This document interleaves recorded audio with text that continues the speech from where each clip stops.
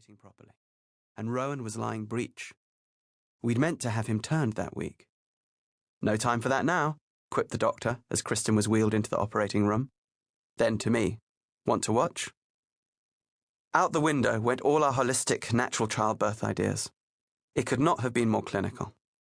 And I, usually too squeamish to look at blood and guts, found myself watching intently as the doctor sliced Kristen open, moved her innards to the side, and pulled out a blue, surprisingly large human being.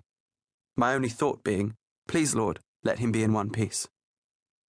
A short time later, while they brought Kristen round from the anaesthetic, I stood alone in the private room with Rowan, almost 7 pounds, despite being a full month premature, looking down at him as he lay, belly up, wrapped in towels, in a kind of plastic tray. His blue eyes were half open, looking into mine. His tiny right hand clasped around my index finger. The clock on the wall showed a few minutes past midnight. Which meant, I realised with a start, that Rowan had decided to come into the world exactly 7 years to the day that Kristen and I first met. And almost, once I'd figured out the time difference, to the very hour we had first spoken. Which was surprising, because when I met her, she hadn't wanted to talk to me at all.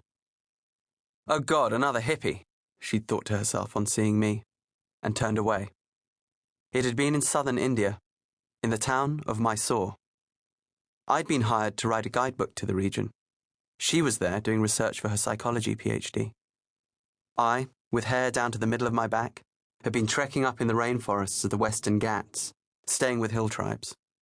She had been interviewing Indian girls bound for arranged marriages, trying to find out at what point they put aside their natural sense of what was fair and accepted a system in which wives must bow to their husband's every whim. Though we had not yet become acquainted, we could not have been more different.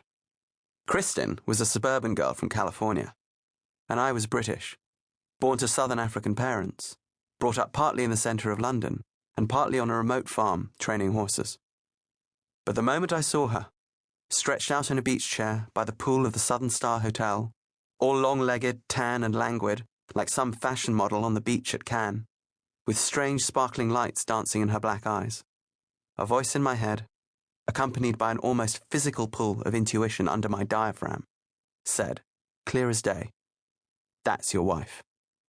No, I thought, can't be, and I jumped into the water. But when I surfaced, the voice was still there. "That is your wife. Go talk to her, now." In fact, it took a full 24 hours before she deigned to talk to me. By then, I had only 1 day left in that town, being honour bound to move on the next day, to continue my guidebook job's busy itinerary.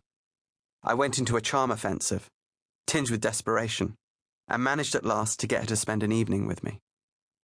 Unable to resist the impulse, I told her what the voice in my head had said, bracing myself for the inevitable, "You're crazy," which, predictably, was the first thing out of her mouth. Then she surprised me. "But then I'm pretty crazy myself. In fact," she added, "I wouldn't touch me with a 10-foot pole." It turned out to be quite a story. The previous year, she'd left her husband for another man, and now she was waiting for that man to leave his wife. Except he was dragging his heels. "I'm messed up," she said. "I'm the first to admit it, but I'm not available." Which, of course, for me, was like a red rag to a bull.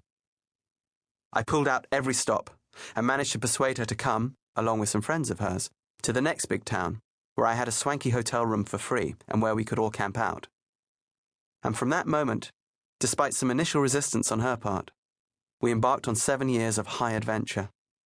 Through the remoter corners of India, then to London, where she took a year off from working on her PhD to come live with me, then to Southern Africa for another guidebook contract, and finally, when she had to return to the United States to finish her degree, to Berkeley, California.